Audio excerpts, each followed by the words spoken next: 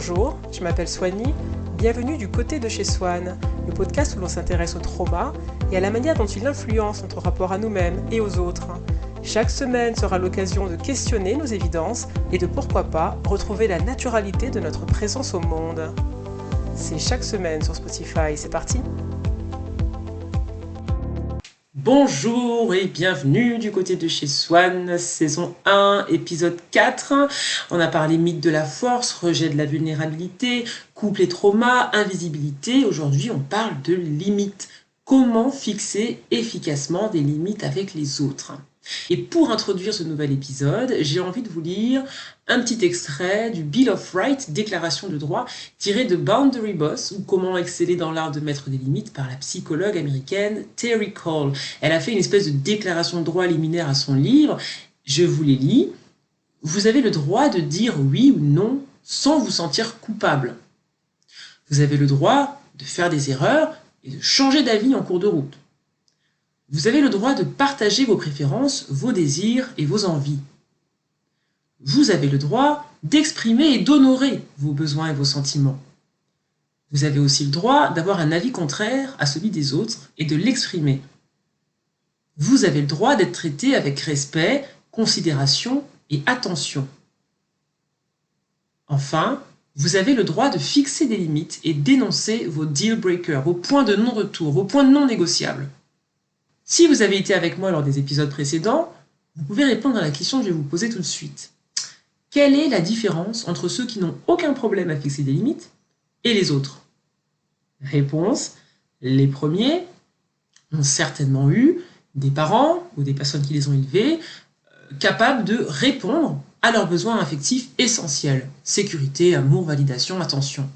Et en faisant cela, ces parents, ils les ont solidement implantés au sol. Ils leur ont donné des racines profondes.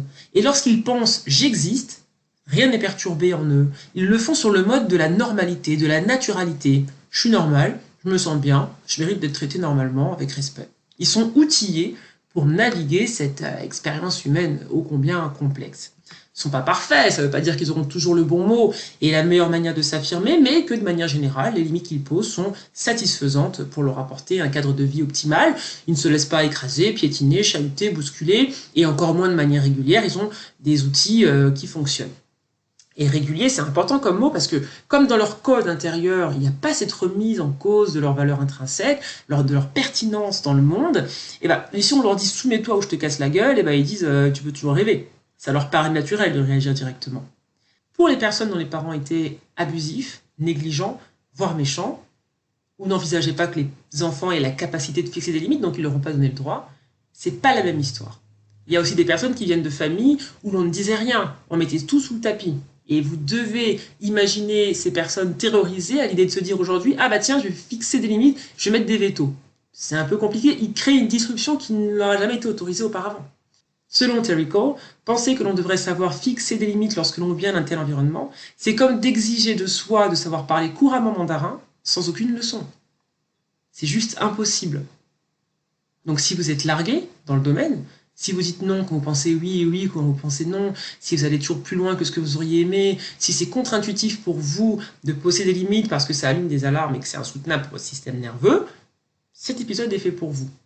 Pour les personnes qui, lorsqu'elles disent « j'existe », ont un rictus, un inconfort, un pincement, une espèce de gêne, une espèce d'illégitimité structurelle.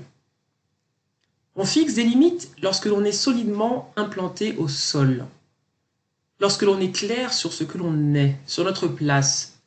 Dans ce cas-là, lorsqu'on vient menacer cette quiétude, protester est naturel.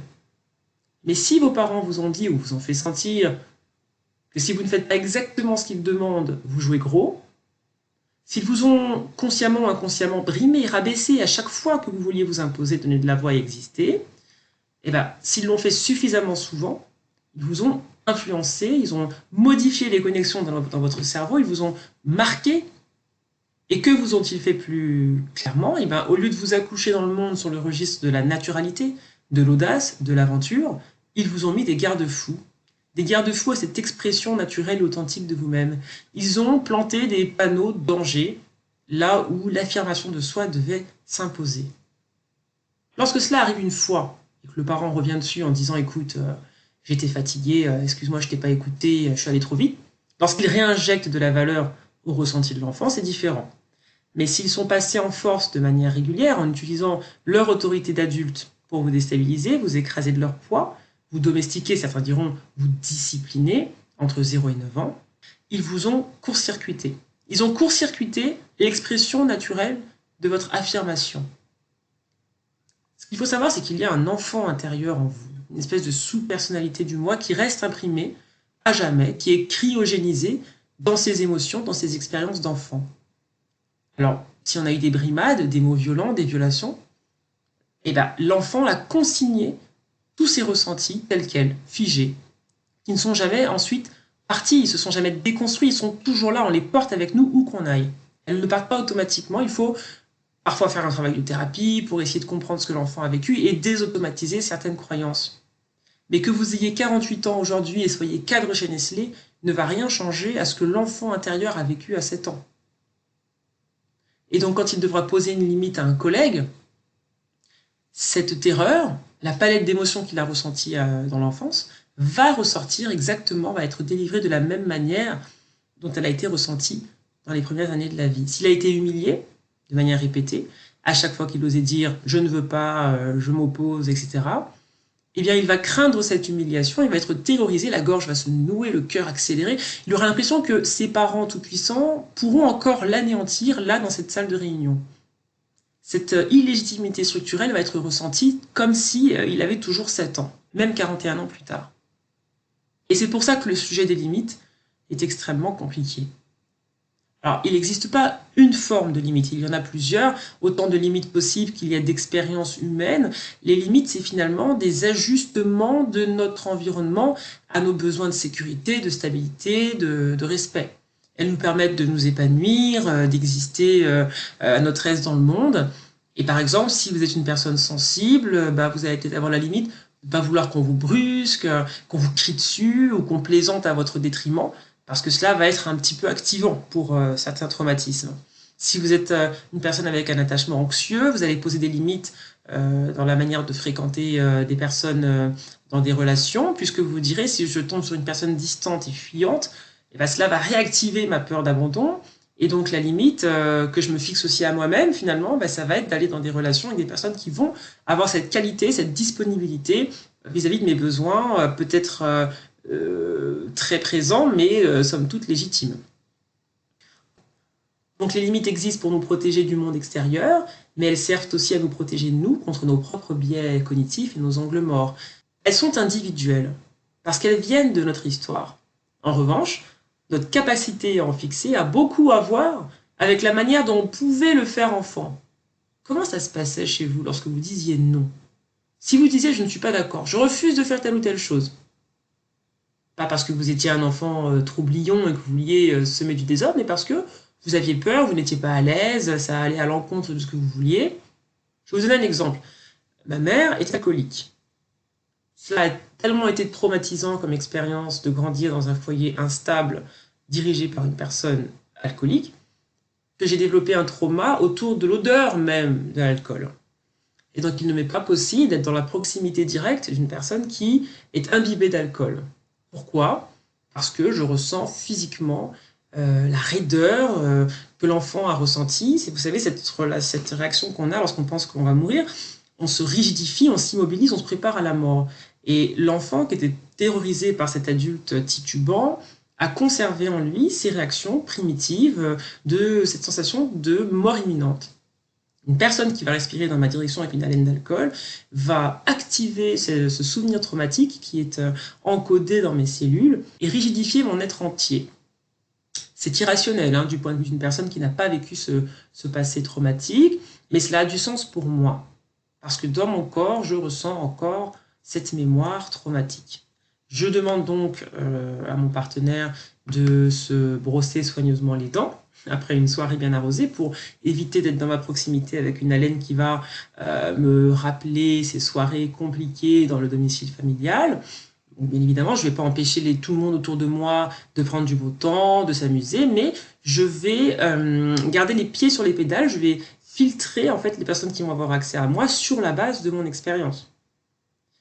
Par exemple, si vous faites crier dessus, que vous sentez votre poitrine se serrer et que votre rythme cardiaque s'accélère, eh bien, vu qu'il y a une alarme qui a sonné dans votre corps et que vous savez qu'une limite doit être posée, à ce moment-là, le fil conducteur, ça va être votre GPS intérieur, ce qui se passe dans votre corps qui va vous dire stop, quelque chose ne va pas.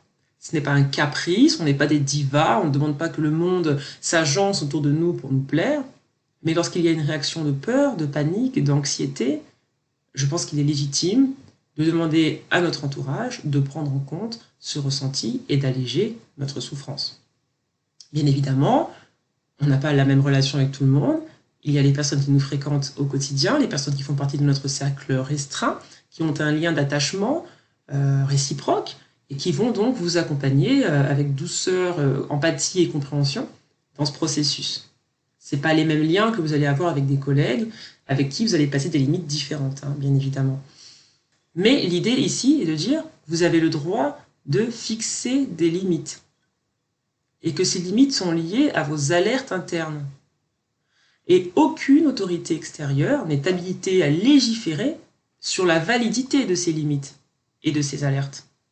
Si je rencontre quelqu'un qui me dit hors de question que, par exemple, dans mon cas, je revois mon hygiène buccale après une soirée parce que maman n'a pas été tendre avec toi, ma limite perdure. C'est lui qui s'en va.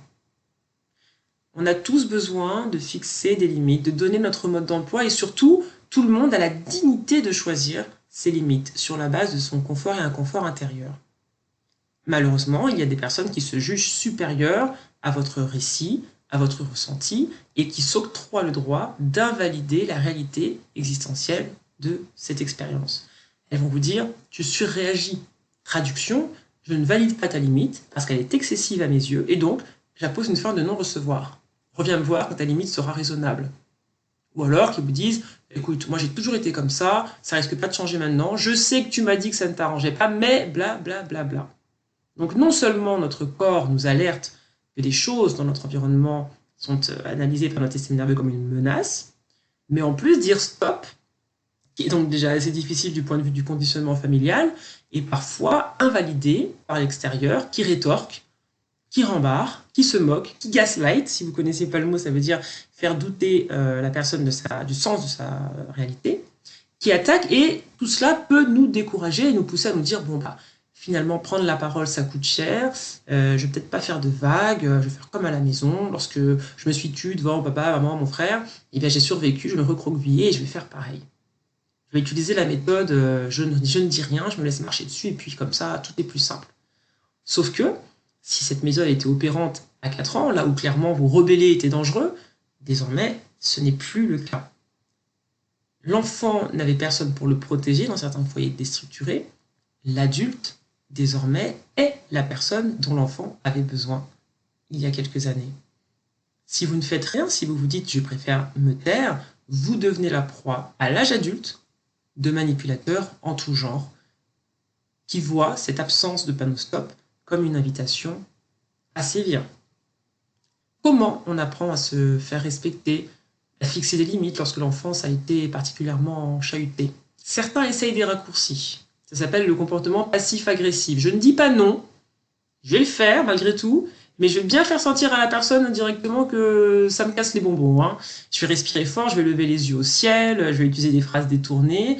Ça, ce ne sont pas des limites. C'est un comportement passif-agressif qui relève d'une attitude plutôt immature. On l'a tous un jour fait, bien évidemment, mais l'idée, c'est d'aller chercher des solutions plus pérennes, plus efficaces.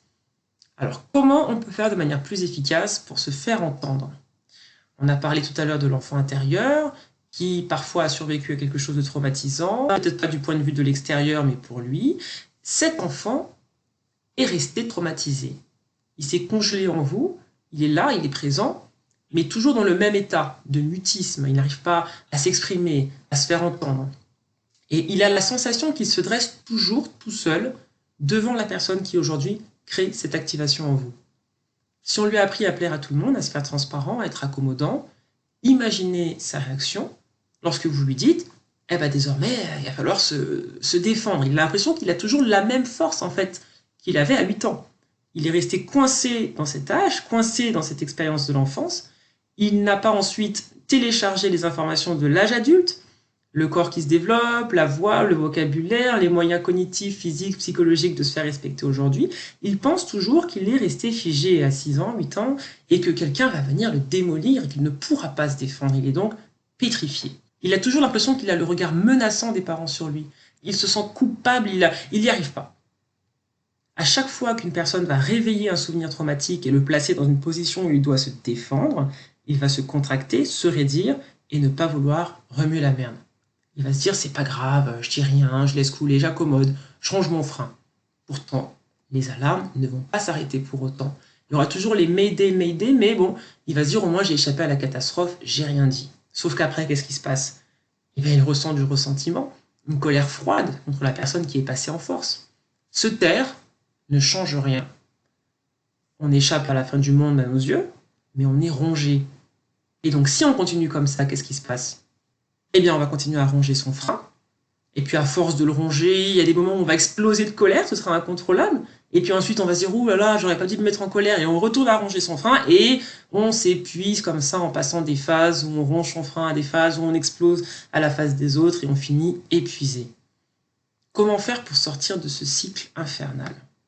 Désormais, l'adulte doit rééduquer l'enfant et lui donner finalement les outils qu'il n'a pas reçus avant. Il doit le rassurer, parce que c'est dans la capacité de l'adulte de le faire, en lui disant qu'il n'a plus à mettre ses émotions sous le tapis. Il n'a plus à se dire « c'est pas grave ». C'est grave. Lorsque l'on vous agresse, lorsque vous êtes contracté de l'intérieur, ce qui se passe, c'est important. Pourquoi? Parce que vous l'avez ressenti, ça existe, ça s'est manifesté. Et lorsque vous dites « c'est pas grave », quelle est la voix qui s'exprime à ce moment-là? Est-ce que c'est la voix de votre parent qui vous disait lorsque vous aviez 6 ans « oh, ça va, c'est pas grave, tu vas pas en faire un plat non plus ».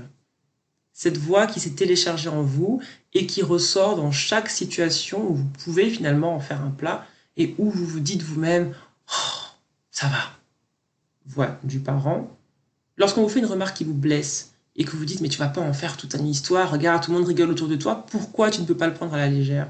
Est-ce que vous vous auto-gaslightez? Est-ce que vous vous faites vous-même douter de la réalité de ce que vous venez d'expérimenter? Lorsque vous accusez quelqu'un de vous avoir crié dessus et que cette personne vous répond « bah non, j'ai pas crié, en fait c'est complètement dans ta tête », est-ce que vous vous dites « ah bah j'ai peut-être mal interprété la situation, c'est peut-être moi le problème », comme vous le faisiez également dans cette position d'infériorité structurelle de l'enfance? Je ne sais pas si vous voyez le mal qu'on peut faire à un enfant, en fait, lorsqu'on va invalider systématiquement son ressenti. Sans s'en rendre compte, on va finalement l'inviter à dupliquer cette expérience à l'infini. Il va lui-même invalider systématiquement son ressenti en grandissant. Son cerveau est modifié par ces expériences. Et donc vous ne tremblez pas à l'idée de poser des limites parce que vous êtes né défaillant à l'idée de poser des limites, mais la main tremble parce qu'un événement ou une série d'événements l'a fait trembler. Elle ne tremble pas toute seule. On peut dire comment faire ensuite? Il faut déjà identifier vos deal breakers, vos points de non-retour, vos points non négociables, en couple, en amitié, au travail, en famille surtout.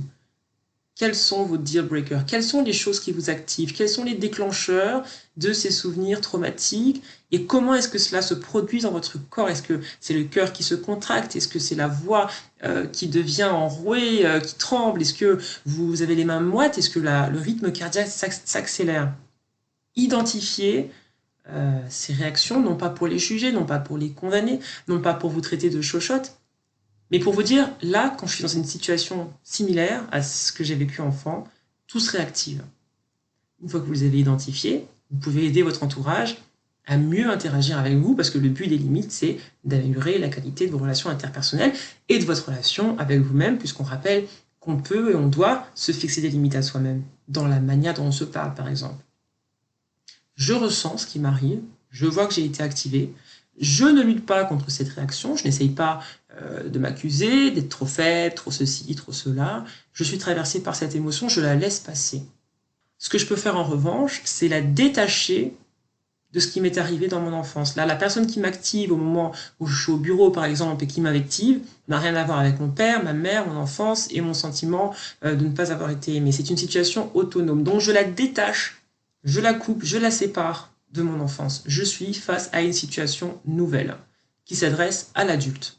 Il n'y a pas d'enjeu de validité structurelle dans la situation qui m'arrive aujourd'hui. Elle est autonome, je détache mon ressenti de l'inconscient, je traite avec le conscient.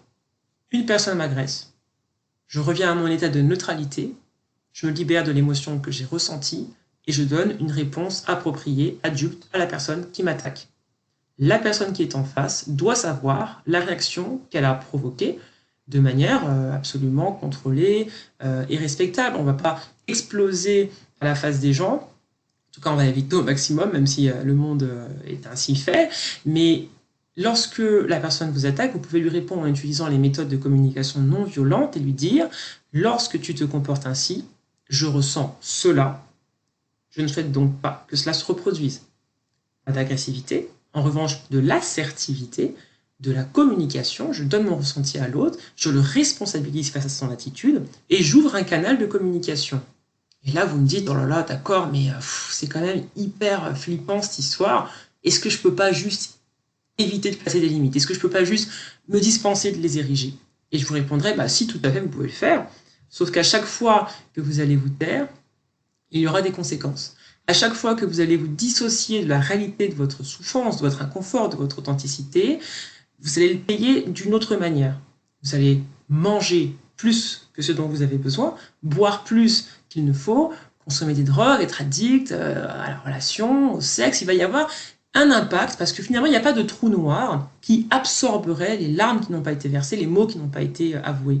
Chaque violence, chaque injustice nous impacte quelque part. Et on veut éviter de créer ce cercle vicieux. Et les limites, en revanche, sont flexibles. Il n'y a pas une limite pour toutes les situations sur Terre. Elles n'ont pas à devenir rigides, glaçantes, mais elles servent à garantir une forme de sérénité autour de nous. Même si l'on tremble, même si l'on a peur, même si l'on a envie de reculer, il faut pouvoir poser sa limite. Il faut pouvoir rationaliser sa peur et l'exprimer quand même. Et vous allez me dire, oui, mais j'y arrive pas, j'ai beaucoup trop peur. Sachez que la réaction des autres aux limites que vous posez n'est jamais de votre ressort.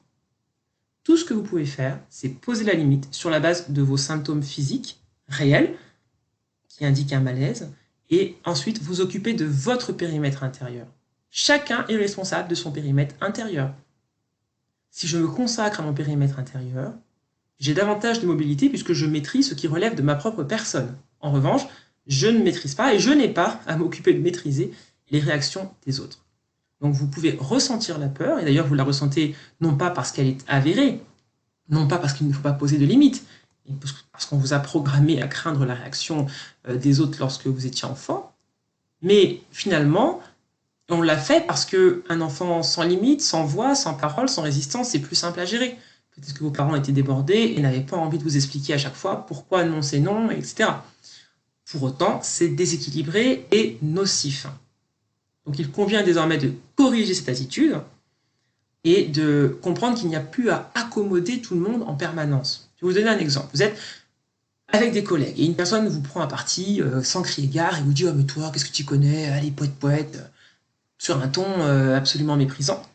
Donc qu'est-ce qui se passe là? Vous vous sentez mal, votre corps se raidit, vous vous sentez attaqué, humilié, il y a un enfant intérieur en vous qui se manifeste et qui ressent la tristesse ressentie lorsque ça lui arrive à enfant. Il va projeter sur l'assaillant, entre guillemets, les capacités hors normes que ses parents avaient à l'époque sur lui, un vrai pouvoir de vraie mort, d'anéantissement possible de sa personne, surtout s'ils étaient violents. Donc il va se remettre automatiquement dans cette position d'infériorité intrinsèque et il va penser que la personne en face, quelle qu'elle soit, un passant, un facteur, un frère, quelqu'un, mécaniquement, est doté des mêmes pouvoirs énormes que ses parents. Cette personne peut l'annihiler, comme les parents naguère. Donc c'est irrationnel. Vous vous dites, si je parle, si je dis quelque chose, je risque gros. D'ailleurs, j'ai mon cœur qui bat tellement fort que finalement, l'autre est menaçant, je le vois, je le sens. Pourtant, tout cela est une projection. Si une personne vous lance à table la ferme, tu ne sais rien à ce que tu dis, vous avez la responsabilité de lui dire « Je ne t'autorise pas à me parler sur ce ton ». Vous allez trembler, c'est même inévitable si c'est la première fois que vous vous adressez comme ça à une personne qui vous agresse, mais votre adulte doit reprendre le lead, mobiliser les ressources dont il dispose pour protéger l'enfant que personne n'a protégé auparavant. Désormais, il vous avoue. Donc il souffre, cet enfant, de se taire, de se voir sa dignité attaquée à nouveau, mais vous pouvez le défendre. Et c'est là l'importance des limites. Donner une forme de justice à cet enfant. quelle que soit la réaction de la personne en face, qui ne relève pas de votre responsabilité. Si elle veut partir, qu'elle s'en aille. Si elle menace, qu'elle s'en aille. Si même elle veut s'en prendre physiquement à vous, ce qui est quand même très rare, il y a des autorités compétentes, nous sommes dans un état de droit, et une personne qui porte atteinte à l'intégrité physique de l'autre s'expose au droit pénal. On ne fait pas ce qu'on veut. Donc, lorsque vous ressentez une peur physique de ce que l'autre pourrait faire, sachez que non seulement on vit dans un état de droit, mais que dans l'immédiat, l'adulte dispose de moyens physiques, vocaux, humains de se défendre. Il n'a plus 7 ans, et la personne en face n'est pas toute puissante. C'est une position d'abus face à laquelle il est normal de réagir. Donc en général, on n'est pas dans le registre de la force physique, on est plus dans le registre de l'intimidation, de la manipulation. On va essayer d'influencer l'autre, mais c'est une influence factice finalement. Et l'enfant y croit parce qu'enfant, elle était avérée, cette influence, et c'était celle de ses parents. Donc l'adulte doit reprendre le dialogue intérieur et dire ce ne sont pas tes parents, c'est un collègue, c'est un passant, c'est un facteur. Enfin, je ne sais pas pourquoi je parle des facteurs, ils sont très gentils. Mais finalement, les autres n'ont pas le pouvoir qu'ils prétendent avoir, même lorsque ce pouvoir est sponsorisé par nos peurs. Les limites dépendent donc, on l'a vu tout à l'heure, de la profondeur de nos liens avec les autres. Et ensuite, c'est à nous de faire une espèce de danse entre les relations VIP, comme dit Terry Cole dans son livre, c'est-à-dire les proches qui ne sont pas la famille, mais qui sont ceux qui nous respectent, et puis les autres qui vont avoir des limites un petit peu différentes. Si je suis en couple, par exemple, et que je suis bordélique et que l'autre est maniaque, comment faire avec les limites qui semblent antithétiques ? Parce que nous sommes dans une relation d'intimité, parce que nous sommes engagés l'un vis-à-vis de l'autre, les limites se négocient à ce moment-là sur la base du respect mutuel. Je suis bordélique, il est maniaque, je vais le rejoindre au milieu. Je vais faire des efforts pour essayer de créer un environnement qui sera agréable pour lui, et lui mettra de l'eau dans son vin pour me rejoindre aussi. Donc en fait, les limites sont flexibles et malléables lorsque la relation est saine, équilibrée, qu'il y a une volonté des deux côtés de faire des efforts, de s'excuser en cas de problème, on va dans la même direction, on est raccord, et dans ce cas-là, les limites s'ajustent au quotidien pour permettre finalement une relation saine et apaisée. En revanche, si vous avez un collègue qui vous crie dessus au boulot en prétextant que c'est parce que chez lui, il est sous pression et que ses enfants lui posent des problèmes, là, c'est différent. Vous n'avez pas cette relation de proximité, vous n'avez pas à donner un engagement de vous-même hors norme. Et puis, si le collègue vous montre qu'il de toute manière, il ne respectera pas vos limites, vous n'avez pas non plus à vous ajuster. Il n'y a pas de volonté de négocier, il n'y a pas de volonté de construire quelque chose de commun. Et là, la limite est beaucoup plus rigide. C'est « je ne te permets pas de me parler sur ce ton, que tes enfants soient couchés tôt ou pas ». Limite, pas négociable. Donc vous voyez, finalement, c'est un sujet assez vaste et complexe parce que les limites dépendent également des relations qu'on a avec les autres. En revanche, on va également préciser que les limites, dire à une personne si tu me parles sur ce ton, une relation entre nous n'est pas possible, n'ont de valeur que si elles sont appliquées. Et si vous menacez une personne de partir parce que vous ne permettez pas l'irrespect, par exemple, et que vous restez, ces limites sont finalement pas invalides mais inefficaces. Et la personne le sait, donc elle continuera. Elles ne peuvent vous protéger que si elles sont appliquées. Et bien sûr, on revient sur l'idée du mandarin, qui ne s'apprend pas du jour au lendemain. Et donc, si toute votre vie, vous avez eu beaucoup de difficultés à placer des limites, il faut s'attendre, même si cet épisode fait résonner des choses en vous, à creuser le sujet davantage et à ne pas être expert en un claquement de doigts. Mais vous pouvez cependant apprendre dès maintenant à suivre vos indices internes, à suivre les alertes et à vous appuyer dessus pour apprendre progressivement à fixer des limites. Elles sont également plus efficaces si vous vous consacrez du temps au quotidien, si vous consacrez du temps à la manière dont vous vous sentez. Lorsque l'on se dissocie, on en a parlé dans l'épisode précédent, on ne sait plus comment on se sent. On a l'impression qu'on est anesthésié, on est séparé de notre réalité organique. Donc passer du temps à méditer, à respirer, on en a parlé, ça peut vous aider à savoir mais comment je me sens. Sans jugement, cela peut vous permettre de réaliser que vous vous sentez contrarié, alors que vous n'aviez pas accès à ce sentiment auparavant parce que vous étiez détaché de votre réalité organique. Donc il faut également en parallèle cultiver un petit peu son intériorité, sa vie intérieure, pour pouvoir être au contact de ces émotions et les écouter et puis ajuster notre environnement en référence à ces émotions-là. Et pour finir, puisque l'épisode se termine, il a été plus long aujourd'hui, j'aimerais préciser que les limites s'appliquent aux autres, mais à nous également, et que nous sommes tenus de respecter les limites de notre environnement sur le même registre que l'environnement le fait vis-à-vis de nous, sur la base de relations différenciées avec les collègues, la famille, le couple et les amis. Voilà, c'est la fin de ce 4e épisode. Danse, encore une fois. Si le sujet des limites vous intéresse et que vous êtes bilingue, vous pouvez trouver le livre de Terry Cole, Boundary Boss, The Essential Guide to Talk, True, Be Seen and Finally Live Free, sur Amazon. Quant à moi, je vous retrouve la semaine prochaine pour un nouvel épisode du côté de chez soi. Et d'ici là, bonne semaine.